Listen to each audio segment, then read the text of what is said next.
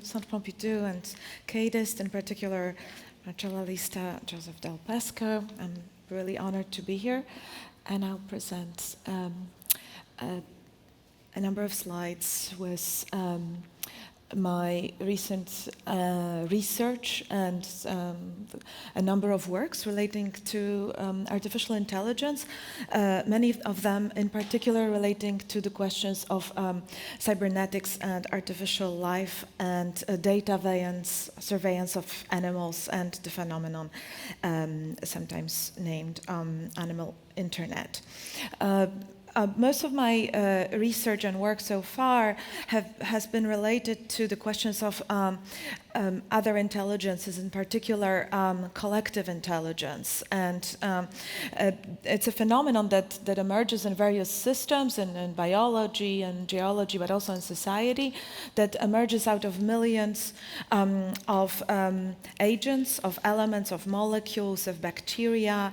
And this phenomena of collective intelligence are impossible to predict, impossible to compute, and impossible to control. And this is precisely why I got interested in this phenomenon, because obviously we're living in times where this neoliberal discourse and digital capitalism are constantly making us think that everything is computable, and so I got interested in uncomputables. And these phenomena of collective intelligence are largely uncomputable. So I'm going to quickly show a couple of examples of non-human other intelligences, in particular collective intelligence, as an introduction to a number of projects that I have developed with AI. This is an image of a slime mold, which is a very simple organism that consists of individual cells that aggregate together, but this doesn't have a brain, it doesn't have a nervous system, and yet it's capable of solving mazes, solving different kind of puzzles. It becomes collectively intelligent, and it was co-opted for computation by Andrew Adamatsky and Institute for Unconventional Computing in Bristol. These are colonies of bacteria that perform quorum sensing, which is collective decision making, in which the colony, through exchange of chemical signals, is making a decision, for example, about what is the fate of the colony, whether part of the colony should move to a different place or change something about its well-being. This is a synchronicity of fireflies, where millions of fireflies flash in unison, and it's also a form of collective intelligence and synchronization that is studied by mathematicians, because similar processes of synchronization also emerge in human societies. This is an example of Wood Wide Web, which is the mycorrhizal network created by the roots of trees. It's a kind of symbiosis between the roots and the fungi present in the soil. And essentially forests create this collective intelligences of exchange of information about what's happening in this broad environment. And they are very complex networks that can carry information across very large areas. This is a close-up of a mycorrhizal network. Another example, lichens, a symbiosis between algae and fungi, and also a kind of hybrid way of symbiotic existence, different type of intelligence. This is an example of like a chimera. This is a coral chimera. It consists of two organisms that are fused together into one, and it's being analyzed as this other example of chimeric cognition. And this is an example of weird life. These are tube worms, giant tube worms, which are in the thermal vents at the bottom of the ocean, and they are analyzed as examples of something of the ways in which life could look on other planets.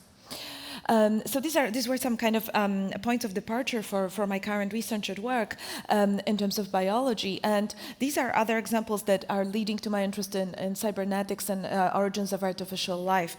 So this is For example, the famous canard digérateur, the digesting duck that was invented by Jacques de Vaucanson, unveiled in 1764, and it was like a duck that could apparently had this mechanism that could digest supposedly food and also defecate. But it was one of the first automata of that complexity.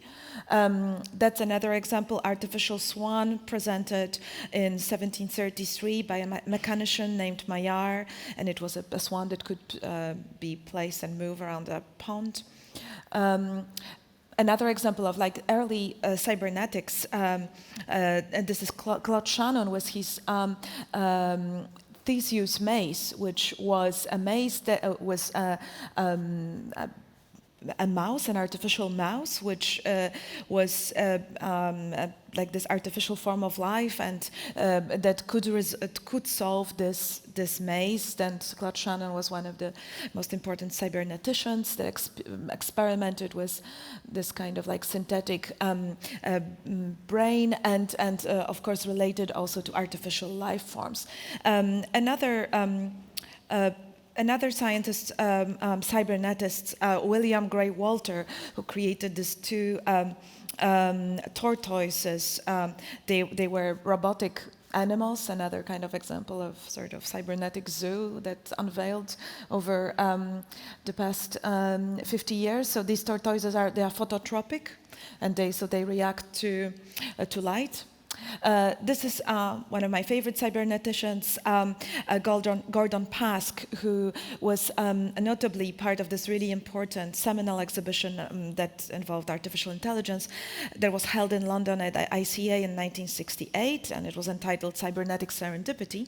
And so Gordon Pask is very interesting for me and for my project around artificial life and cybernetics, because he experimented with plasticity in autonomous electromechanical computers. So he created this kind of organic chemical computers, and these are basically dendrites that were growing within this chemical computer. So these are examples of unconventional computing, often conducted with living organisms or with chemicals that are imitating living organisms.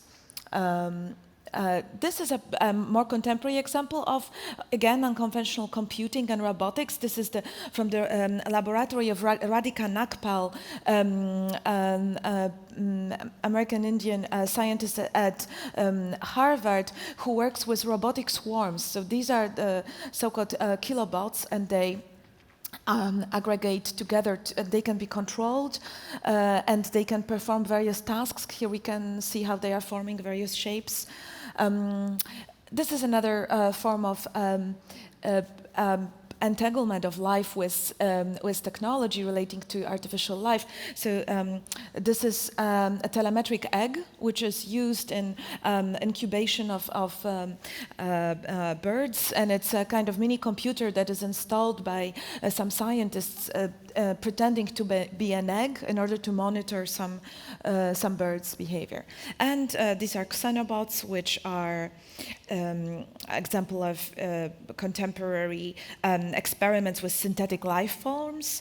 They are designed with computer algorithms to perform various functions, and then they are constructed as real forms from real organisms. So the genes are taken from a frog, and then the shapes are designed with an algorithm, and then essentially the skin cells are providing here the support for, and there are also heart cells that, and this is like the heart cells act as small motors, and this is essentially like one of the earliest contemporary examples of designing artificial life, synthetic life with algorithms. Another images of xenobots. And two more references. This is a plant cam that is showing a social experiment called Please Take Care of My Plant, where it's online and anybody can every day participate in a vote around whether this organism should be kept alive, if it should be watered, if it should be,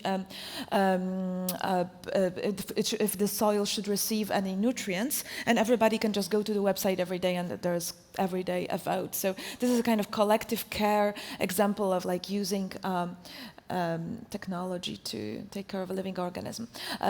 Finally, this is also a collective intelligence experiment where over 1 million people played the Pokemon game on a platform Twitch. It was called Twitch Plays Pokemon, and people were deciding collectively how this character of Pokemon should move, and it's analyzed as one of the more interesting social experiments of collective intelligence. So, just a couple of quick images of my earlier works that led me to where I'm currently with the project that I'm starting to develop, titled Alien Internet. But these are some works that I have outsourced or crowdsourced to termite colonies.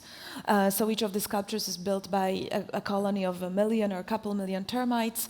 And termites are visually impaired. They can't see, and so they don't notice that I am giving them, together with biologists, these very colorful pigmented sand and gold and crystals. So they've built so far a number of these sculptures for me that I'm later exhibiting at museums.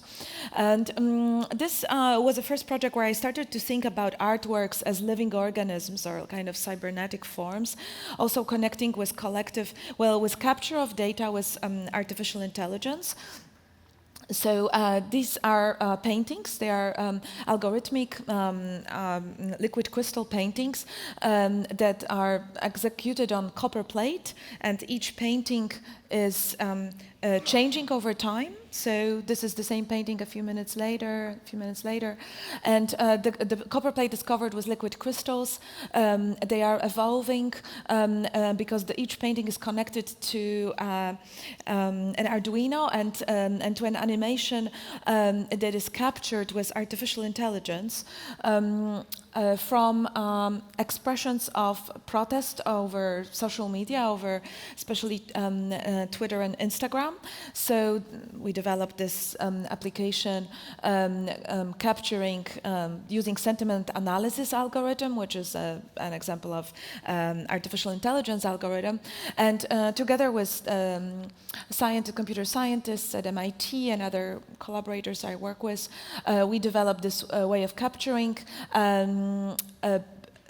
and emotions, feelings of members of protest movements around the globe who are trying to do something and expressing their opinions about changing the world. And these expressions of feelings are causing physical changes in the paintings, in the artworks. So yeah, this is how a painting evolves over time, and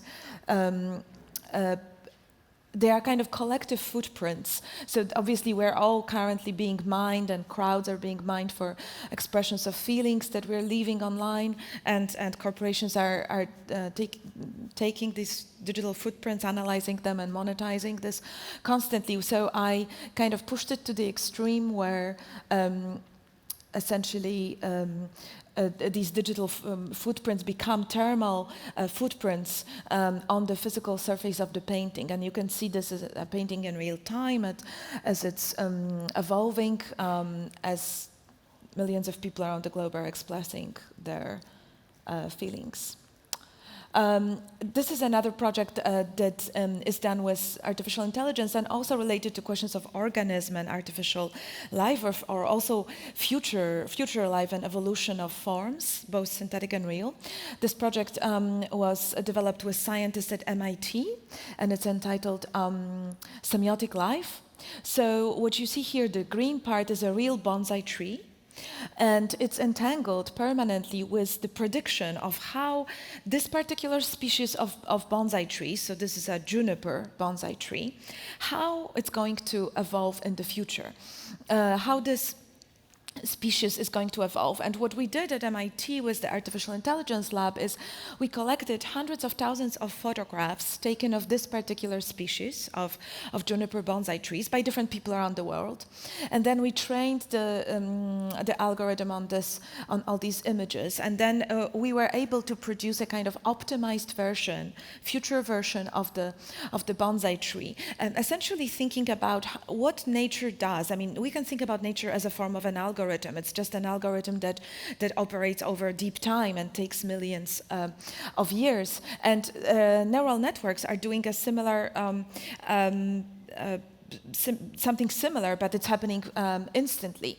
And so kind of relating to also the title of this conference about the fact that the future is no longer what it used to be, I'm really interested in how thinking about the future and predicting the future is actually changing the actual future. But how at the same time we are unable to predict things like evolution of organisms. So this is a prediction of how the species might evolve, how it might optimize over time, but in reality, because evolution is driven by errors and mutations, and these mutations are driven by, for example, radioactivity, cosmic rays, and so on. So these are mutations that we can't really predict. And so I was thinking about the entanglement of these two forms, and also, of course, thinking about how bonsai was a sort of a meme that itself evolved over centuries, originating in the 6th century in China, and then evolving different styles. And of course, bonsais were one of the first examples of humans shaping nature and creating this kind of synthetic artificial nature. That's another project done with AI related to collective intelligence, and the project took various forms, and it consisted of in creating collective signatures, and through collection of signatures of thousands of people. In this case, on the facade of the Guggenheim Museum, these were the visitors. But I also collected signatures of members of protest movements and workers of various institutions. And then the signatures that are collected are fused together. This is just an example of how this fusing happens, using an algorithm. So we're training an algorithm on thousands of signatures and then producing this kind of collective signature. And so this is a collective signature for the collectivity of all the employees of Cleveland Museum of Art. And these are signatures developed for MIT for the two new buildings. One is the biotech building, and the other one is the building where all the scientists and researchers at MIT live. And these signatures are created through fusing of thousands of signatures of all the scientists that have ever worked at MIT, since MIT is actually keeping all the signatures that were left there by earlier scientists that are now deceased. And this project is entitled The End of Signature, because I'm interested in how handwriting is also something that in the future will be completely replaced. I mean, it's being already replaced right now by digital fingerprinting, by digital signatures, iris scanning, DNA samples, and other forms of identification, while every day taking notes is already replaced by tapping on digital devices. So essentially, this project is about some form, some medium, some tool, handwriting, that is in the process of falling apart, of becoming obsolete. And already in a couple of years, probably it will no longer be used as we know it. So these signatures are also in motion. They are changing and perpetually signing and re-signing. Here, another project also using collective intelligence as a point of departure and artificial intelligence. So obviously, what is artificial intelligence? For me, first and foremost, it represents the exploitation of collective intelligence of all the people who are present online, people using social media. Essentially, it's an exploitation of an entire humanity, whether people who are consciously laboring online or each one of us who is leaving digital footprints anywhere, not only online but also offline. And so in this case, I was trying to think in terms of of this extractivist logic of anticipation, prediction, and capitalization on our future behaviors, on our future tastes. And I decided to apply it to myself and my own work and think about whether maybe very soon somebody could theoretically train an AI on all of my works and create an artwork of mine that I haven't authored. And so this project is called Errorism, and it's, yes, it was created through training a GPT-3 algorithm on all the descriptions of my works to date. And then I worked with a holographic company to create a hologram, and then this is a hologram installation that is evolving and is presenting like a sequence of these predictions about my possible works that are done without me. So they are kind of an algorithmic analysis of what could be my potential future work, or an alternative and adjacent possible of my own work. I'm also exploring questions of exploitation of labor through artificial intelligence and how workers are laboring online. And this is a collaboration with my husband, an artist and a writer, John Menick, called Production Line, where workers of Amazon Mechanical Turk contributed lines that they were drawing with computer mouse. And these lines were, each line was drawn by a single worker in a different part of the world, but then they kind of constitute a continuous line as each next worker saw the beginning, saw the end of the previous line. So it was this kind of endless production line, and that's the title of the piece. And when these works sell, the profits are redistributed among the workers who participated, because we were able to store their IP addresses. This is a similar logic of a project that I've done at MIT, where 10,000 selfies of workers of Amazon Mechanical Turk were fused together into one collective self-portrait of this new working class that is exploited with very often artificial intelligence. And this is another work that in which I'm exploring artificial life and beginnings of artificial life. This is this series of prints is called Evolutions, and they are lenticular prints. And I developed them on the basis of the research of this really interesting computer scientist Niels Baricelli, who worked at Princeton, and who was the first one who developed cybernetic organisms. So they were. He created them on the ENIAC computer, which was the computer that was used in America to build the atomic bomb. But he used the same computer, paradoxically, by night to create first artificial life forms. And I used the blueprints that Baricelli created and left at Princeton and the archives to create this, like every printout that he created was made every 50 generations of the development, evolution of these synthetic organisms. So I created this lenticular print that evolves and changes and presents 3 phases of a life of this group of organisms. More recently, I also created this, again, collective organism that was created as a social experiment in 2017 and named The Place. And it was created, it was a blank canvas where there were over 1 million people built various collective forms online. And there were flags, slogans, Mona Lisa, portraits of politicians, fictional characters. And at some point, people spontaneously started creating this black form that looked like a slime or like some kind of virus. And this is before, obviously before the COVID pandemic. And so this is another kind of artificial life form collectively created by over 1 million people. And if I could ask to play the animal internet video now.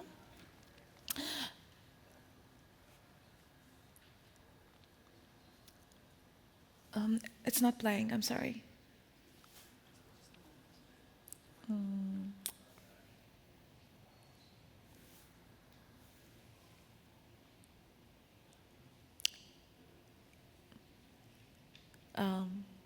Maybe I should move on. So excuse me, if it's not playing, then if you can just get back to my slide. Oh, it's playing. Oh, thank you.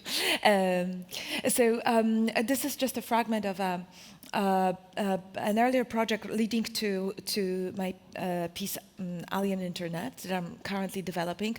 This piece was entitled Animal Internet, and I developed it at MIT. And it's basically juxtaposing two animal cameras that are placed, one in the North Pole and one in the jungle in Thailand, presenting one a polar bear and the other one a wild tiger. And these are just two of many thousands of cameras that are installed in wild forests and wild environments, where they are documenting life of these wild animals, and they can be watched online. And this is part of this new phenomenon called Animal Internet, and it's a phenomenon that interests me a lot because it's a question of data surveillance of animals, of certain forms of surveillance of wildlife. And during, especially the pandemic, a lot of people were interested in watching nature online. And there are a lot of projects that are based on citizen science that are also documenting and tracking animal behavior. And so there are, especially for me, what was interesting is that we can learn from the collective behavior of animals globally.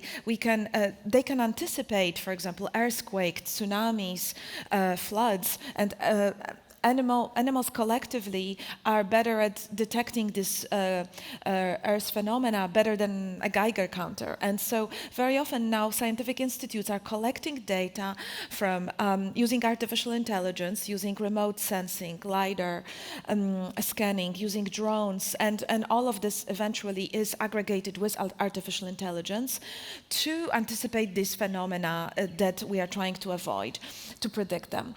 And I created this installation at MIT where we could see two real cameras that are just constantly broadcasting what these wild animals are doing, and they were juxtaposed with two robotic animals. We can come back to my slide projection, please.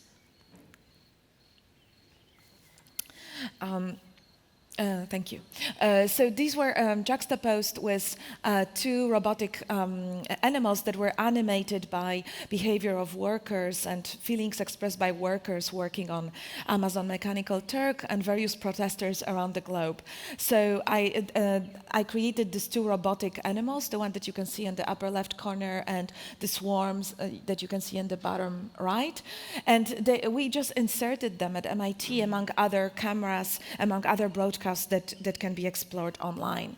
So this was like a first attempt to think about like this phenomenon of animal internet and how much it's changing the landscape of being with nature today. And obviously it's a form of colonization of wild nature. It's a form of exploitation also of this wild nature, and how animals in a way became workers in this global system of surveillance, not only humans but also animals now.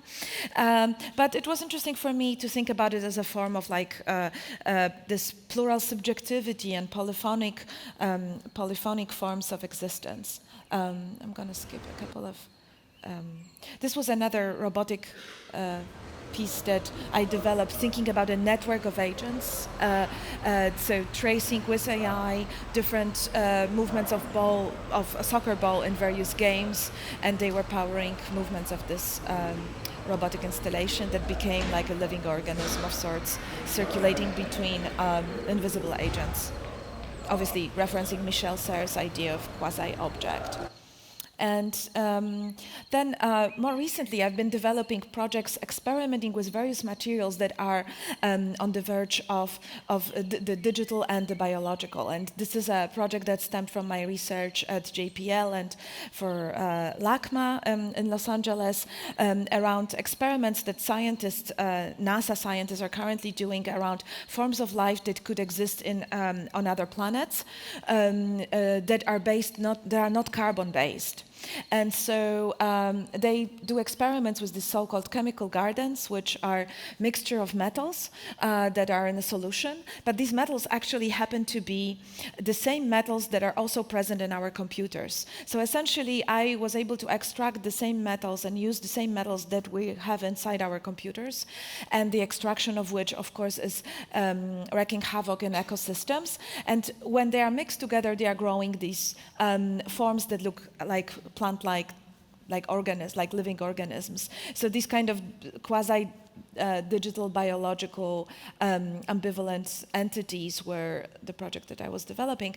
And this finally is the project that I'm currently developing, and I already developed a prototype stage, and this project will continue growing, and it's entitled Alien Internet. And it's developed with the substance called ferrofluid, also developed by NASA in 1963. This substance can be controlled. In this case, I placed it together with engineers in an electromagnetic field, and this so I'm collecting data together with scientists from MIT. I'm collecting data about all the animals, all the organisms, not only animals, that are currently being surveyed with digital technology. So AI, but not only, also yes, drones and remote sensing and other and webcams. And so all this data is aggregated, and it's powering the behavior and the evolution of this collective organism. And this is close up of how, excuse me, it's a little glitchy. Oh. But essentially it's evolving. It's this evolving organism that is like a crossover between a cybernetic organism and a new potential life form that will be this kind of polyphonic, plural subjectivity that could emerge potentially when various organisms around the globe could be connected together in using digital technologies. So I'm essentially thinking about whether there is a way to use technology as a means to deepen our connection with other life forms as opposed to exploitation. And Alien Internet is thinking also about other ways of cognition, this kind of polyphonic plural cognition and intelligence, and how animals could help us collectively think about solving essentially our planetary problems. So Alien Internet is an installation that will grow and continue being developed further, and it's all the data that we are constantly updating, we're collecting, for example, from applications, apps such as BirdNet or Cornell University that have a huge program about surveillance of birds and of migrations of birds. There are a lot of data sets about, for example, elephants and their migrations in response to climate change, about butterflies, about flamingos, turtles. And so basically, we are building this huge database together with the scientists I'm working with, computer scientists. And now I'm also working together with Dr. David Gruber from New York, from CUNY. And David Gruber is one of the biggest specialists in whale communication, and he's a marine biologist, and he currently is developing a way of using AI to decode whale language.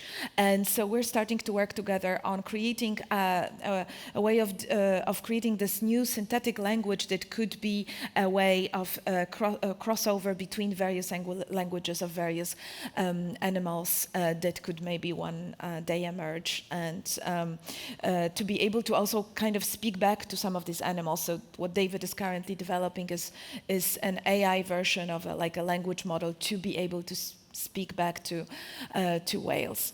And I think I'm going to stop here. Thank you so much.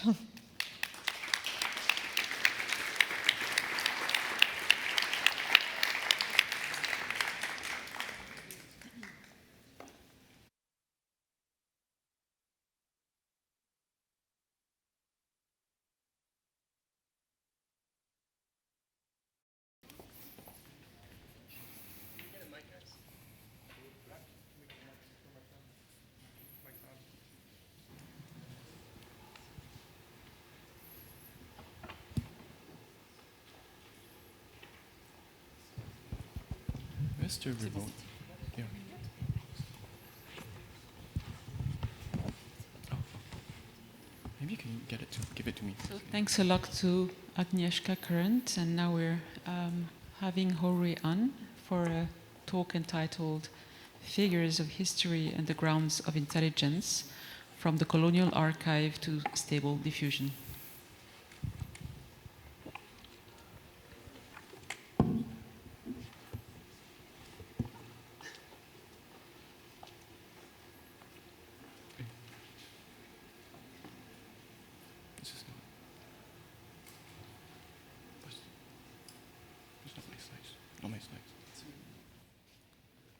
Not my slides.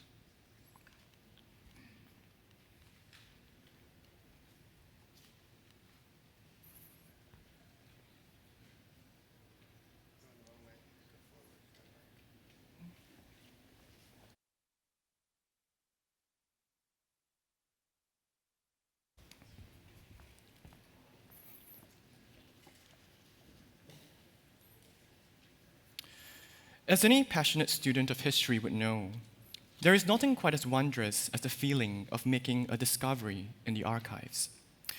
First, there's the surge of adrenaline, then the firing of the neurons, setting off multiple chains of association, followed by a sense of sobriety as the significance of what is being uncovered begins to sink in.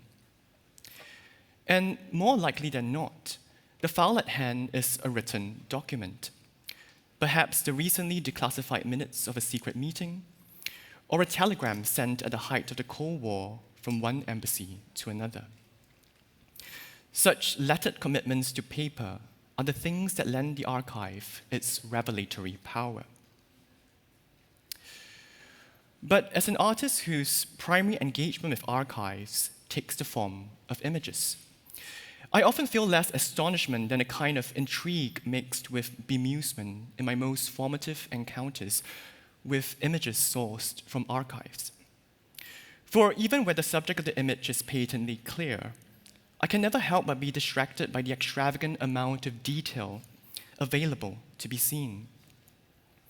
Indeed, even the most carefully constructed images cannot help but partake in a certain unruliness, an affective surplus that stops the truth seeker in their archival tracks, but that for the artist becomes a kind of invitation to dwell. At this point, the processes of reading and looking that are so intertwined in the archive come apart, always showing too much and saying too little at the same time. Images thus pose a unique challenge to the archive, whose authority rests not only upon the indexical connection between its holdings and the external world they represent, but also upon the transparency of meaning as expressed through representation.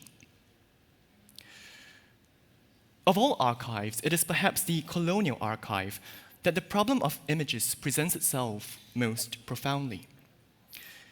As one of the primary sites of knowledge production about the colonies located within the colonial metropole, the Colonial Archive was imagined as a repository of authentic experience that allowed government officials to believe that they could know the colonies well enough to govern them without ever once stepping into the tropical heat. Images, with their capacity for rendering reality in vivid detail, were essential to this enterprise. The ostensibly scientific and aesthetic functions of which belied the broader economic, social, and moral functions it served. However, in order for images to do their work, care had also to be taken to reduce as much as possible details extraneous to the narratives that the archives sought to tell.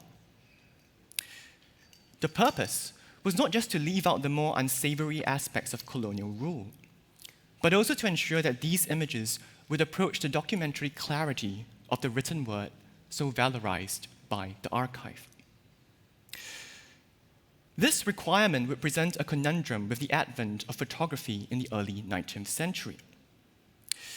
As much as the photograph's combination of indexical trace and iconic reproduction made it insuperable as a form of evidence at the time of its invention, the mechanical objectivity of the camera was in itself incapable of distinguishing between figure and ground, intended subject, and contingent detail, fundamentally imperiling photography's ability to serve as a guarantor of truth.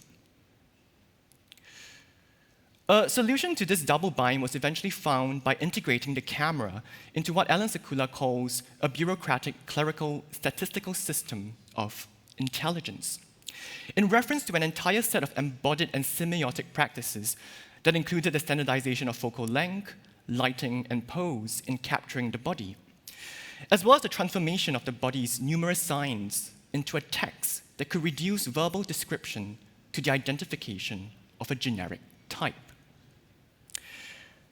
Originating in the 1840s in a colonial metropole in the field of criminology, such practices found widespread applicability in the colonies by the late 19th century.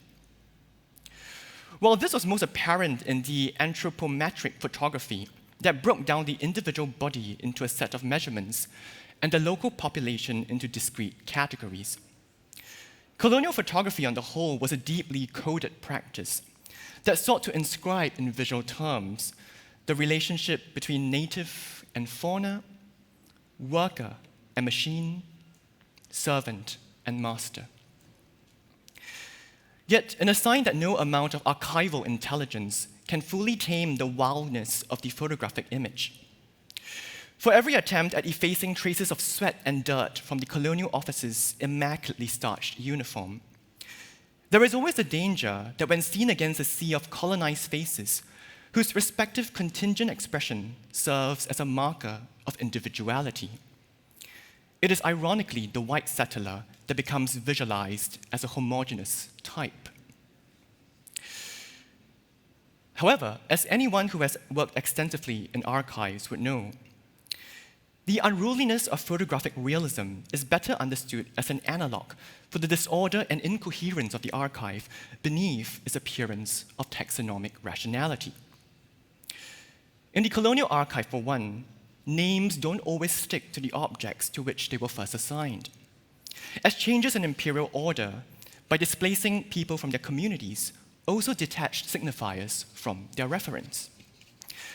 Minor disturbances in the colonies may only be recounted years later, sometimes in the marginalia of a report on another event. Originals may turn out to be mere copies, just as copies might provide vital information about the occasions for which they were made. It is by first recognizing this ad hoc and piecemeal process of building the colonial archive from the ground that we can understand what post-colonial archival labor must entail. Not merely the rectification of the archive's misrepresentations and omissions, but also attention to the granular inscriptions on its surface. This process of reading not against the archive, but along the archival grain, as Anne-Laura Stoller puts it, demands approaching colonial archives not as things, but processes, as part of a shifting and anxious field of power relations produced through the encounter between the abstract forces of colonial capitalism and the unruly contingencies of imperial rule. This approach is even more pertinent when it comes to the post-colonial national archives constituted following the attainment of formal sovereignty by former colonies. Such archives were built on holdings left over from the colonial era, which, compared to their counterparts in the colonial metropole, were so haphazardly put together that no semblance of order can even be attempted. In Singapore, for example, archiving was only formalized as late as 1938 and took place within the Raffles Library and Museum, a colonial institution that combined the functions of library, museum, and archive, often confusing one with the other. This confusion makes it more productive for me to speak today of the archive in an expanded sense that encompasses all these institutions, as much as speaking of the archive in a more figurative register allows us to probe the broader archival imaginary that extends from the colonial administration to the post-colonial nation-state seeking to consolidate a burgeoning national identity. Now, at this point, you might be wondering, why am I going on and on about archives in a conference about artificial intelligence? What is the relationship between the forms of archival intelligence that were established in the colonial archive and the new forms of machinic intelligence produced by artificial neural networks. The fact is that I started putting these two seemingly disparate things together when I recalled quite a serendipitous encounter that I had back in the fall of 2016, actually here in Paris, at the Arts and Machine Learning Summit organized by the Google Cultural Institute. During the summit, the French artist and interaction designer Cyril Dignan presented his application called Portrait Matcher that was developed during his residency at the Google Arts and Culture Lab.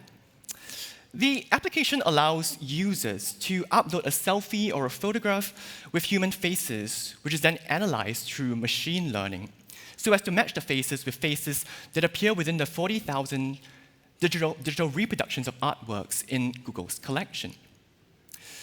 But as he was showing us an example of the matches derived by the application, I noticed a familiar face that, as I could tell almost immediately, belongs to this well-known painting permanently displayed at the National Gallery, Singapore. Epic Poem of Malaya, completed by the social realist painter Chua Mia Tee in 1955 at the height of the anti-colonial movement in Malaya and Singapore. So excited was I to see this Singapore art historical icon make an unexpected appearance that I was able to look past the rather concerning lack of resemblance between the two faces matched by the application. However, revisiting this moment today, I have some questions. For one, what does it mean for this image to be extracted from a national collection so as to enter an artificial neural network, where it then becomes a part of a work of art? What happens to the value of the image as it leaves an archive into which it was first admitted on account of its ability to represent a part of the nation, and cycles through a network of neurons in search of another version of itself? And how can the journey of this image speak to the ongoing shift from images created through direct reference to an external reality, towards images generated by deep learning models from archives of already existent images? What becomes of figuration when history itself is abstracted and extracted by the thing we call intelligence? To answer these questions, we need to first travel with these images. And where else can we start but the airport?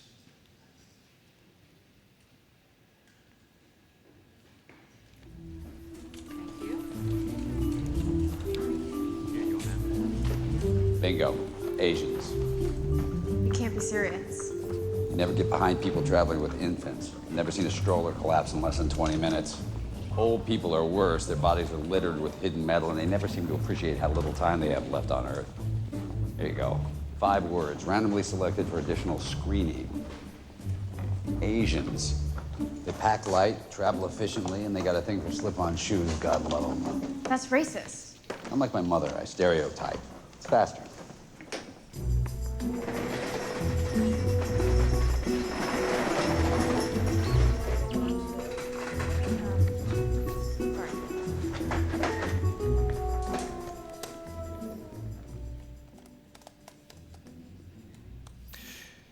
In the 2012 film Up in the Air, George Clooney plays Ryan Bingham, a so-called transition specialist who spends most of his time flying across the US to different cities to fire employees on behalf of their companies.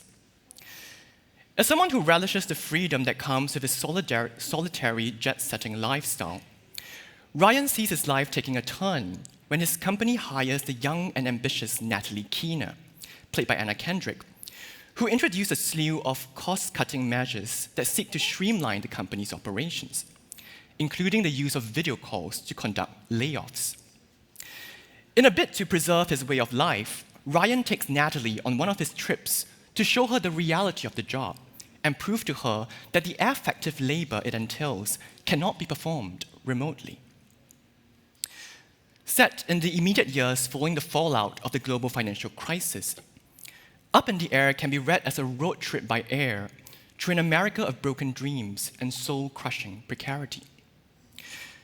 In the story, the decimation of the industrial heartland is presented as an unprecedented opportunity for Ryan's company, even as it is revealed that the downsizing business is itself being subjected to the same structural condition that have set the scene for the massive layoffs long before the crisis, namely the disappearance of wage labor under the pressures of technological advancement.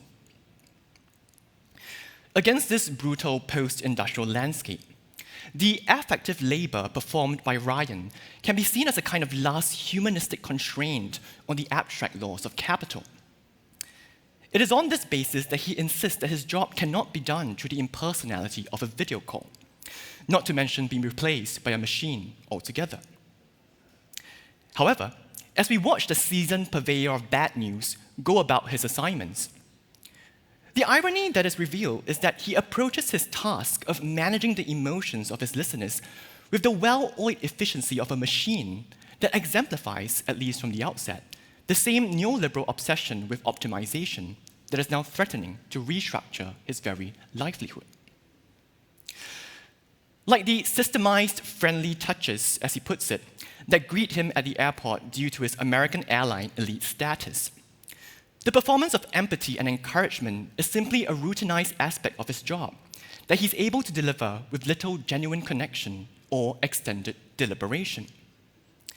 In private, he expresses that he is at best indifferent to the plights of those he retrenched. But what's important to note here is that the reason for his proficiency is less his mastery of a set of hard-coded rules, which is why he appears to dismiss Natalie's effort at developing a workflow of firing techniques, than an intuition honed through experience, through having performed the task numerous times and encountered all imaginable circumstances. Against the neoliberalism of flowcharts and balance sheets, this embodied practice can be said to offer, though not necessarily as an opposition, the neo-humanism of the self-learning machine. However, as demonstrated by Ryan's philosophy of life, the training of this embodied memory demands a seemingly contradictory requirement: the repression of history. During one of his side gigs as a motivational speaker, he uses his habit of traveling light as a metaphor for his approach to relationships. He says that in order for one to move quickly and freely through the world, one has to remove as much baggage as possible from your life, as he has done by avoiding all long-term commitments and keeping a distance from his family. In the clearest demonstration of his anti-archival position, he even tells his listeners to throw away their photographs. Yet, for all the traction he has gained by losing all the weight, the constant traveler doesn't seem to be moving towards some kind of fixed destination. While he's oriented towards the future, he doesn't quite seem to move into it, appearing instead to live in a present that endlessly returns to itself, like a series of feedback loops that has over time given him complete control over the rhythms of his life. Here, the parameter according to which he lives, strictly speaking, is not even movement, but speed in itself. This privileging of speed over storage is also what accounts for Ryan's casual racism at the airport. By suggesting that his act of stereotyping was excusable because he was merely using it as a shorthand to navigate the world more quickly, he typifies a mode of figuring race that relates less to the permanent inscription of a class hierarchy of figures that the colonial archive sought to establish, than to the contingent and expedient modes of racialization that take place within networked economies, where race is but one lever of speed that allows you to move faster than others.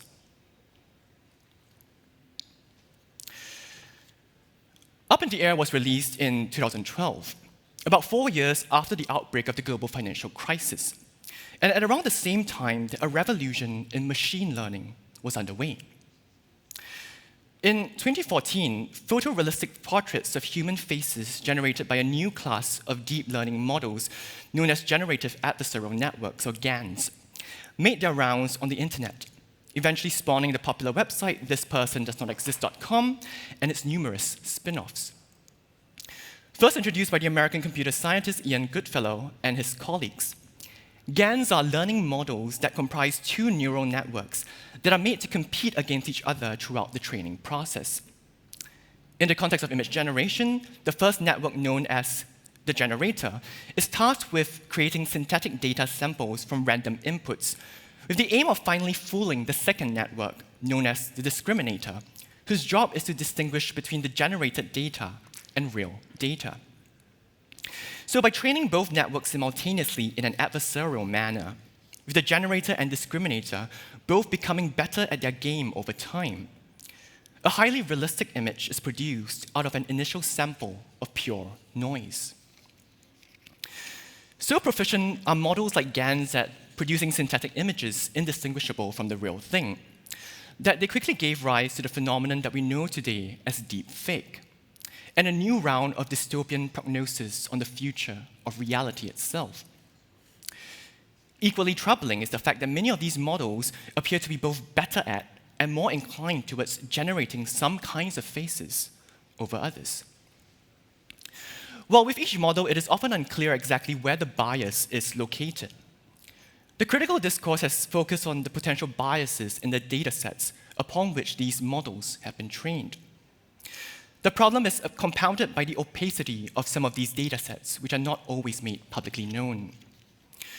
Within the popular imagination, they accordingly become a kind of shadow archive, whose order of representation exerts its nefarious influence upon the production of ostensibly original images, effaced of almost all traces of archival grain. Yet, for all the validity of such concerns, the suggestion of a direct transmission between the archive and the model leaves unexamined the question of the algorithm. In truth, such models are problematic not because they have inherited the race-based intelligence that can be traced to the colonial archive, but because they operate on a different order of intelligence altogether. This intelligence seeks not merely to abstract history, but also to extract it as cognitive resource to generate ever more iterations of figures resembling those from history, without having to store in perpetuity any record of this history. An intelligence that is therefore inclined to repeat history simply because it does not remember it. Accordingly, despite the photographic quality of these images, they are better understood through another genealogy of technology that is categorically anti-photographic, anti-indexical, and anti-archival. One that might, by no coincidence, begin amidst the unraveling of the old imperial order and the emergence of a bipolar global order imagined to be always on the brink of catastrophe. As the record shows, thinking around neural networks that directly connected computational logic to the structure of the brain began as early as the 1940s.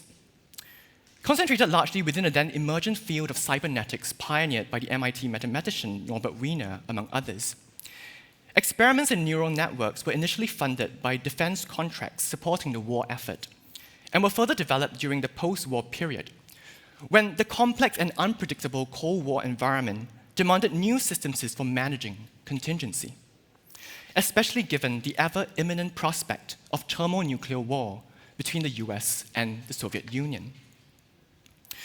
However, perhaps owing to the relative difficulty in imagining the real-world applicability of cybernetic thinking at that time, such initial forays into biologically inspired artificial intelligence have, until recently, have had a much less enduring legacy than the forms of rule-based rationality, such as game theory, that developed in tandem during the Cold War.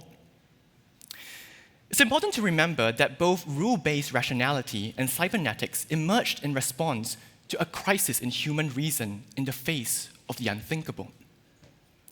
But where the formulation of mechanical rules, as Lorraine Destin suggests, sought to constrain reason by protecting it not only from panicky dithering, but also time-consuming deliberation, cybernetics attempted instead to deepen deliberation, but only by first reducing it to a matter of pure perception, severed from any kind of memory as it pertains to history that is seen to unnecessarily complicate decision-making.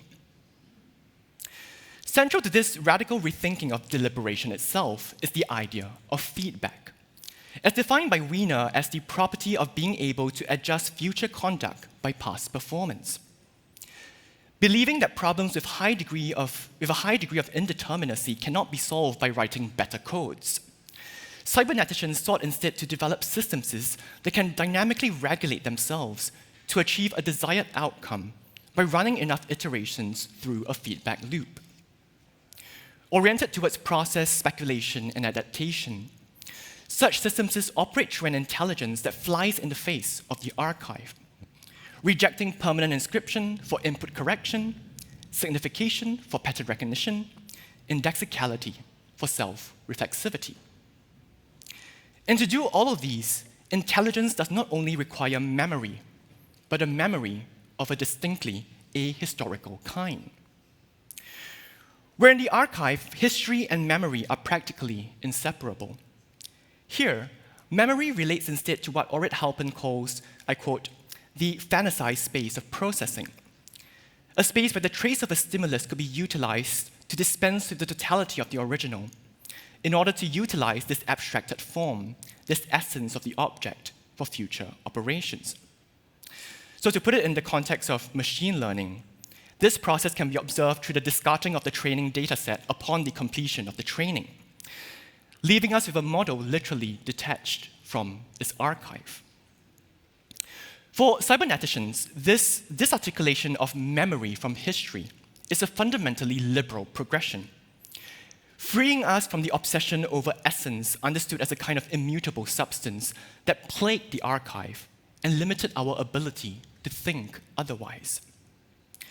Just as how our protagonist, Ryan Bingham, sees it, the problem with history, for all its utility, is that it weighs us down, holding us back from the visionary task of exploring the possibilities of the immediate future. If only there's a way of learning from history without having to actually remember it. Today, this potential has arguably been realized through the return of cybernetics in the current proliferation of machine learning models. While early neural networks were dismissed for their inability to perform even simple arithmetic, today the massive amounts of public data made available by the internet and vastly expanded computing power have made it possible to train neural networks at the extremely large scale that is required for them to fulfill their raison d'etre of accomplishing complex tasks. But what is equally significant about this return is a convergence that appears to be taking place between the logic of the network and the logic of the archive. Curiously, this shift resulted not out of a concern over questions of storage, but the tethering of image to text in combining large language models with image generators to perform text-to-image generation. Just as remarkable is the breakthrough made by some of these models, in particular Stable Diffusion and DALL-E, in overcoming the unruliness inherent to learning models like GANs that, when left too much to their own devices, have a tendency to conjure figures so otherworldly that they have been described as hallucinations. Where in GANs, the teaching agent takes the form of another neural network, whose opaque ways of seeing introduces another element of contingency to the learning process. In these latest models, the adversarial machinic vision has been replaced by a figuration of noise that lends itself to a self-supervised method of recalibration called diffusion. Through a forward diffusion process that adds noise to a training image, gradually turning it into pure noise, the neural network is trained to predict the noise added so that it can later iteratively reverse the diffusion to generate data samples to match the target distribution. This granular approach to noise removal is both more precise and easier to control algorithmically, thus reducing the likelihood of hallucinations and allowing for a clear visual hierarchy to obtain between figure and ground. This almost providential summoning of a given subject from a kind of primordial noise, not least on the command of a textual prompt, also returns the image to the order of signification, specifically of the written word. Of course, this capture of the image by text has in fact long been presaged by the internet meme, in which the binding of text to image serves as an anchor of meaning that allows for the image immediate, almost hieroglyphic legibility. Although with diffusion models, text here is not explicitly imprinted on the image generated by diffusion, its very absence only confirms the image's inherent textuality, as best demonstrated by the ever more complex textual prompts being devised in a bid to produce images that show in visual terms exactly what the user wants to say. Indeed, it may be more accurate to speak of the translation performed by these models not in terms of text to image, but text to image to text. With this recuperation of the force of writing, we also find ourselves somewhat returned to the normative logic of the colonial archive, where to archive is to partake in the word, to inscribe in writerly form the essence of things, to represent not after the fact, but in the place of origin itself.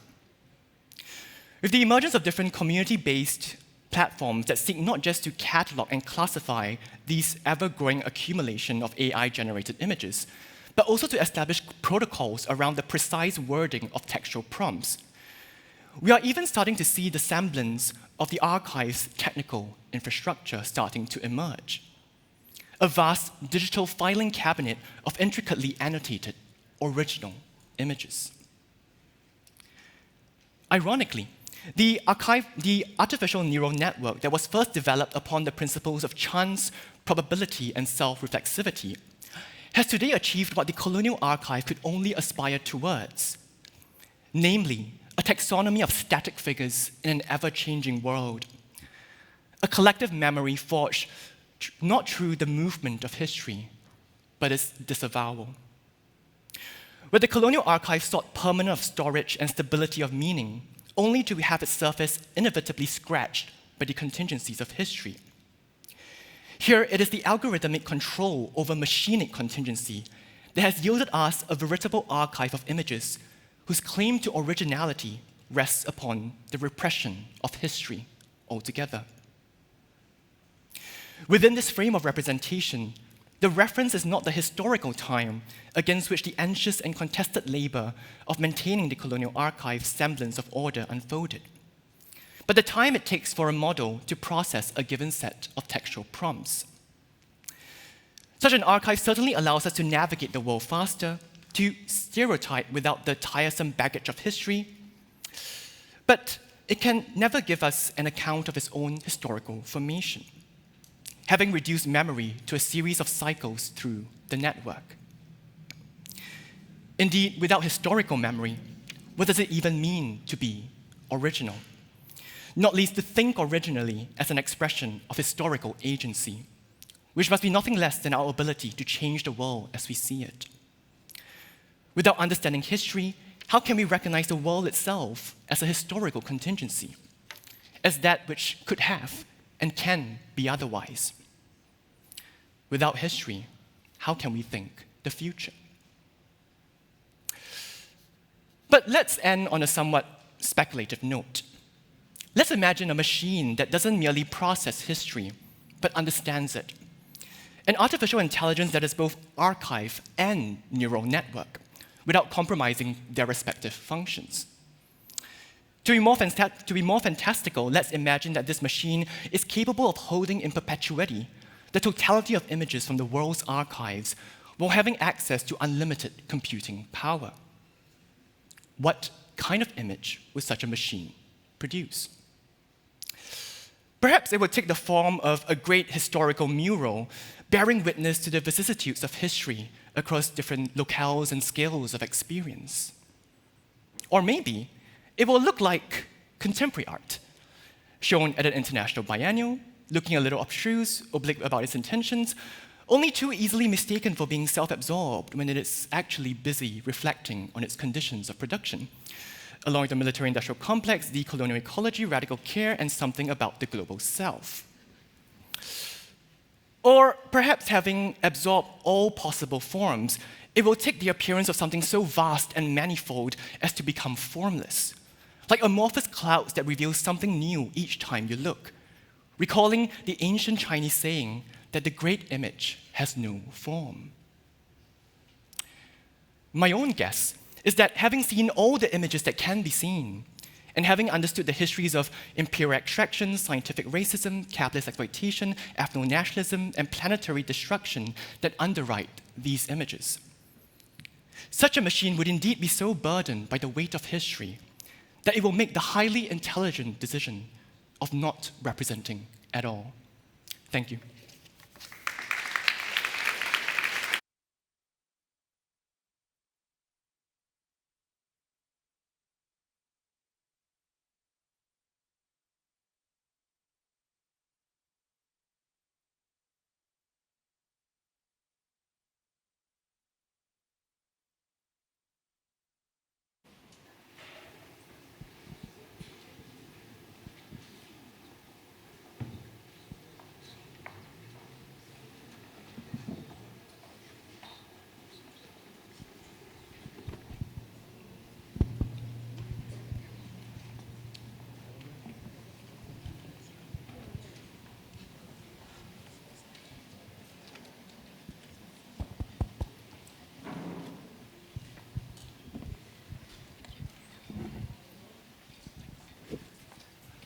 I guess your mic will still work, actually.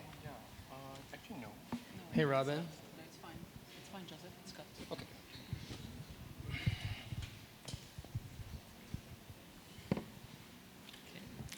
So thanks a lot to the two of you.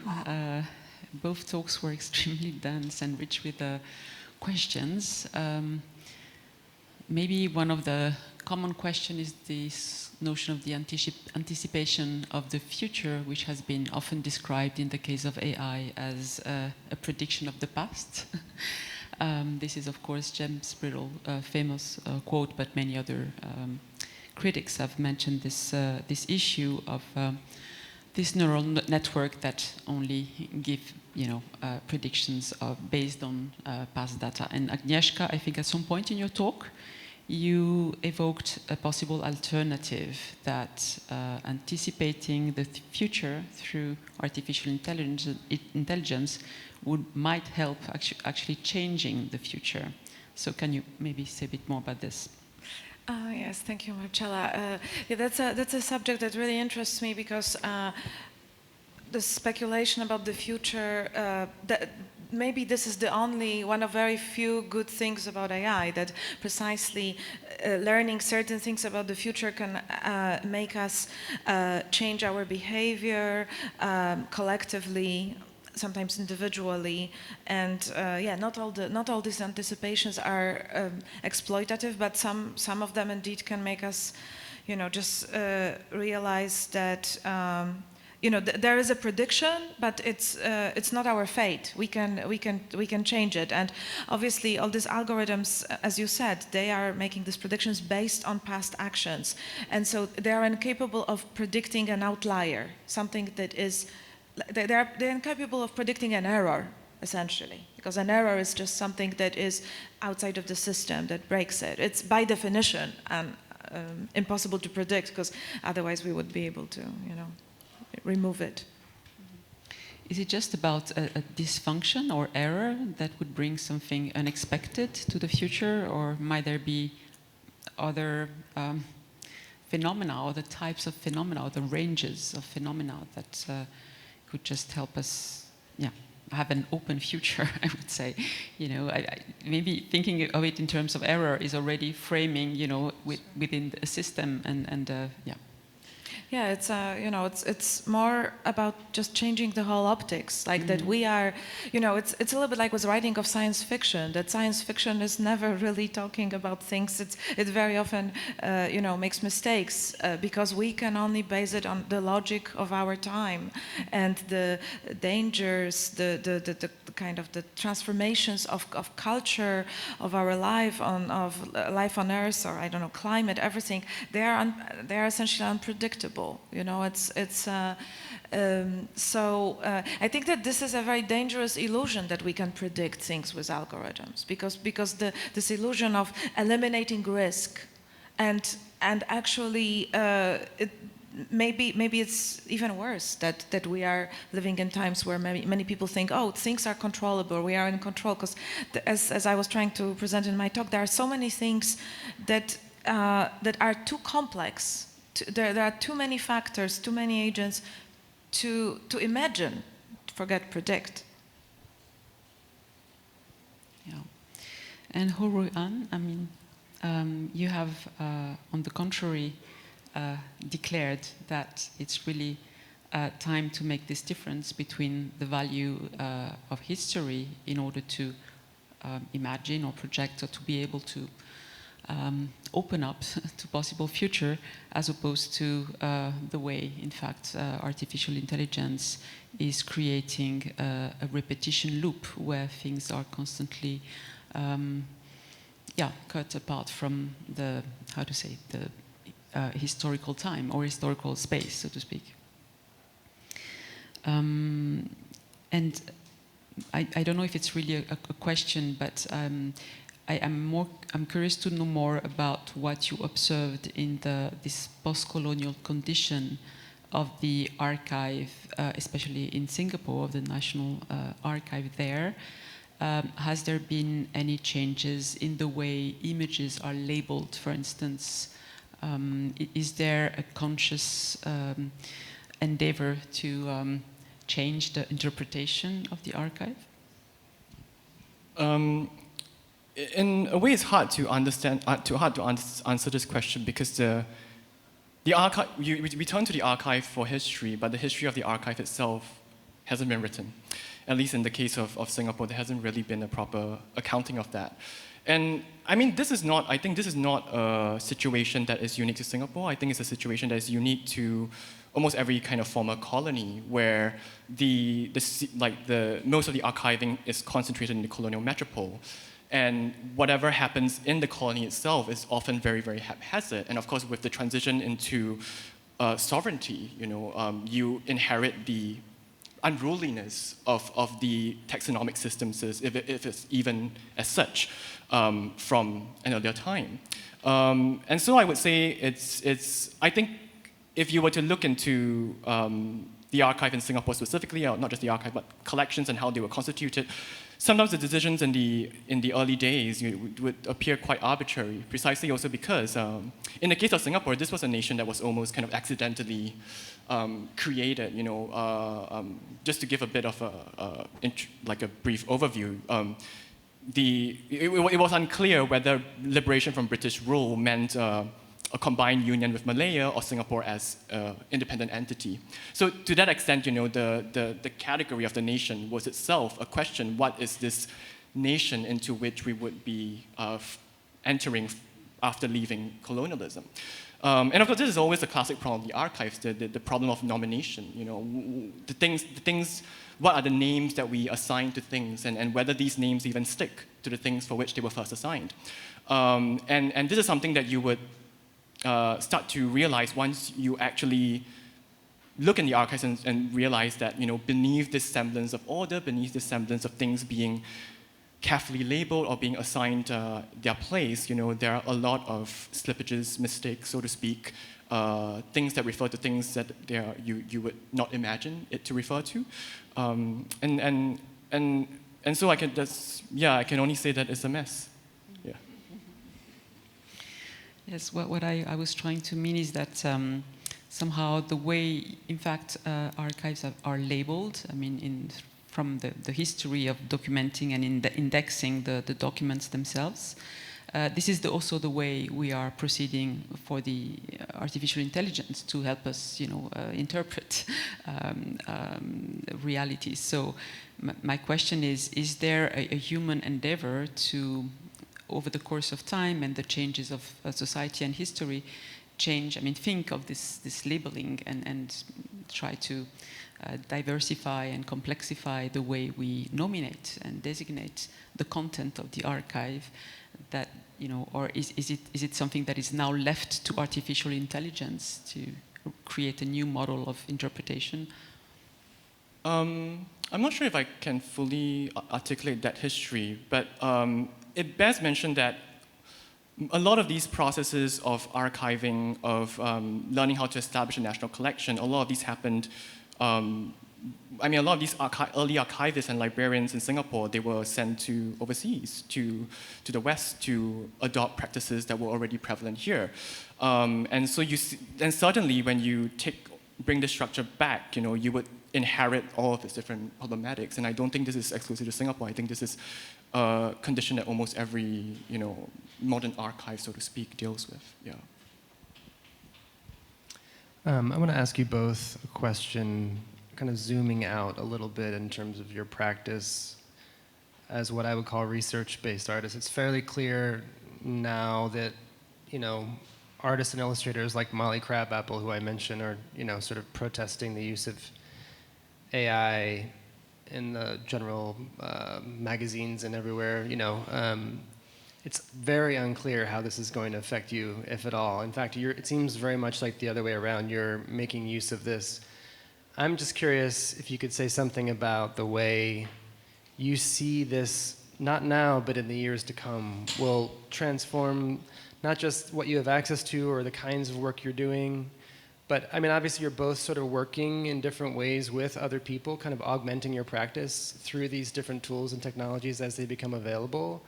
But I'm sort of asking you to project a little further out, if you can. I know it's putting you on the spot a bit. Just to imagine this world building that you guys are both doing, in very deep kind of reservoir of context for your practice, and even like a sort of uncertainty between, is this the work right now? Are we talking, is the work happening as, with Horan, maybe in particular with your history of performance lectures? Anyway, I'm just we can start with Agnieszka. Just to say, how does this affect your future as a practicing artist and as a research-based practice?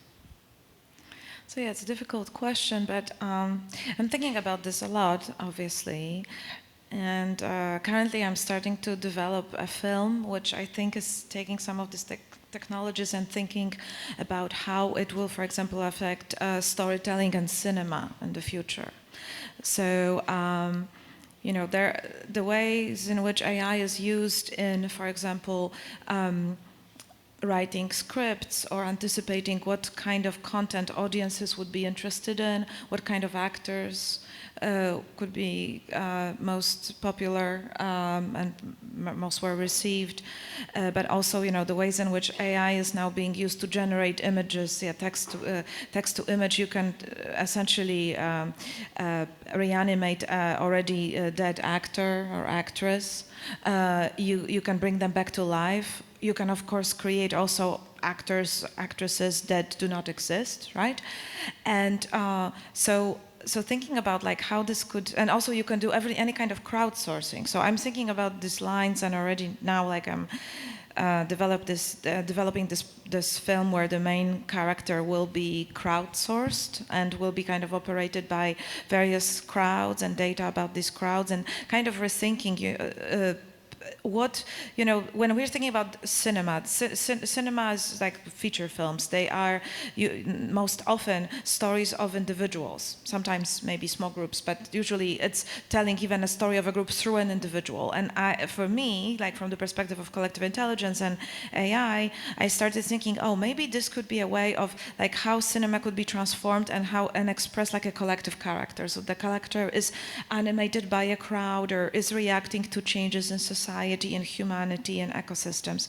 And so that's actually a project that I'm working on right now. I think this, just to imagine, let's say, a film of Chantal Akerman, like Jean Dillman. What would it be if this character and these decisions of this character would not just be individual decisions, but they were driven by collective decisions or collective disquiet, collective problems expressed in humanity and society. And so I'm thinking through these questions and how and trying, to implement it, to anticipate. It's a little bit of a science fiction, but I think it's around the corner because already platforms like Netflix and Amazon are using AI, but they are using it for very commercial purposes. But maybe there are ways to use it, of course, for, thinking about how can a character embody a social movement, for example.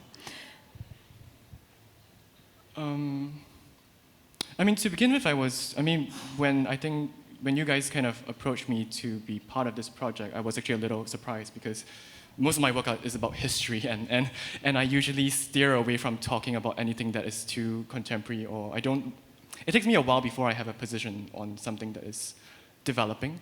But eventually I decided to look into this because I feel that it's as you rightly pointed out, it's a kind of an important cultural moment to understand as it unravels. And I would say that, at least in terms of my work, the process is always very, very slow to begin with. So in terms of the research, it takes, like for each project, it takes, sometimes years to kind of gather all the materials that becomes a lecture or a video or film. And the other thing is that it also tends to be very situated. Like, it's not just the narratives that I create, it often relates to kind of where I am or what I observe from the perspective, let's say, of someone who is socialized in Singapore. So there are these, even though the work is not explicitly biographical, the situatedness of the knowledge that I present is quite important. And at least I don't see that AI could help me do that. I'm just mostly using AI to paraphrase stuff these days, which actually is actually, if you pare it down to what it does, it is very good at paraphrasing. That's what I'm using it for right now. Thanks. I mean, as artists who both have experience working in multiple cultural domains and national contexts and sort of being sensitive to the shifting territories they're working in and working for or with, I'm curious what you think about what we haven't really talked about in the hallucinatory realm, which is the synthetic cultural dimensions of AI, that it's pulling from multiple cultural sources, sometimes more Western, as we've seen. We've heard from Mashinka and Noof and others. But this sense that we could be approaching something like a global version or vision of humanity, or at least synthetic cultural mutations that we hadn't expected before. Well, for me, what is very important to note, which I don't think that this was mentioned yet today, is that these data sets that are used to train algorithms are mostly corporate or commercial. This is why very often it happens that a newly generated photograph would have a watermark, synthetic watermark, because these are commercial images. And so we have to really think about, it's a question about creativity, quote unquote, of AI. And in my opinion, at this point, and maybe always, maybe forever, the potential creativity with a question mark is very dubious, precisely because these data sets are mostly commercial data. They are like stock images. They are not, of course, not only, but a huge part of it is. And so the hallucinations, or this kind of,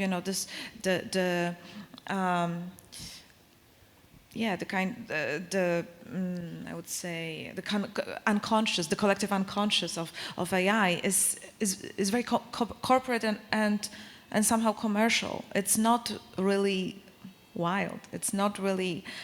So I actually would really question this possibility of this real hallucinations. They are commercial, corporate hallucinations. In a way, for me, this historical moment isn't really kind of unique or unprecedented to the sense that if you look at different kinds of cybernetic visions that were being articulated in the 50s and 60s, this idea of a kind of universal convergence of a kind of technology or a kind of technological form that can, bring together humanity was already articulated in that context.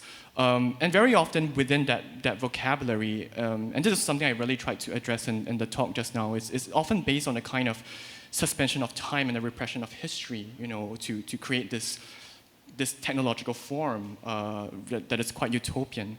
I was just looking at the Norman Foster exhibition earlier today, and it struck me. So there was this quote that he kept using, which is that in order to look far into the future, we have to look far into the past. And he was talking about it in relation to his redesign of the British Museum, where he kind of rediscovered that there was a feature from the past of the British Museum, and he built a new redesign around this history.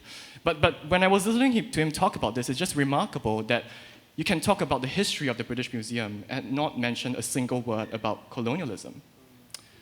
And this was essentially the cybernetic promise, the idea that you could somehow suspend or, history is problematic, it's messy, let's set it aside and kind of clean the slate a little, and then you start to reorganize society using these forms that are conjured through the forms of thinking that were available at the time. So I think this is a moment that demands revisiting, these forms of thinking that were prevalent, at the height of cybernetics, and to really think about what are really the political and ethical stakes of such imaginations.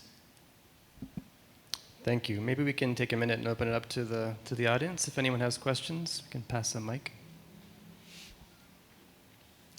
We have just time for maybe one or two, max.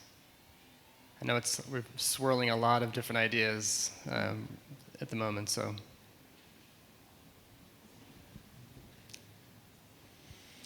Great, Yeah, okay. maybe I would have one more question for Sure. Agnieszka. Yep. That concerns data visualization. In your work, you have a lot of data sets that you use to create forms. And I was wondering if that is, how does this process happen in your work? How do you think of the shape itself of data? Sure. As you probably noticed, I'm trying to move away from the idea of screens, and I work purposefully with sculpture and installation or painting and all these other more, traditional mediums, and thinking about plasticity of matter and transformations of matter, because I think that a lot of my work is inspired by thinking about digital objects, like, for example, the kind of theory that Yu Hui has developed about how digital objects are this kind of new sorts of beings that are changed not only by their creators, but also by their users, and they are kind of like living entities, and that's why this really relates to my interest in artworks as living organisms, and so. I was trying to think, what should the artworks of the future be? Is like a sort of dead, static artwork in a museum something that is going to change in the future? And so I'm trying to create works that are related to things in the outside world, but they are not screens. They are physical matter that is mutating in a kind of almost alchemical way, transforming, and that is sometimes. This is why I work with a lot of scientists. It's sometimes very uncanny, difficult to say how, there's almost like a verging on magic, how these things transform. And it's also because I'm thinking a lot about the fact that we are being surrounded by objects that are starting to be alive. And in the future, we may be surrounded by even more of this kind of objects. And also smart materials that will be very different from the materials we know today. These materials might be alive to some degree or animated, and I'm trying to embody this in my work. It's a kind of speculation about what being in the world could be in the future. Thank you. Well, thanks so much, Ruan, Agnieszka, Marcella. Joseph. Thank you. Thank you very much.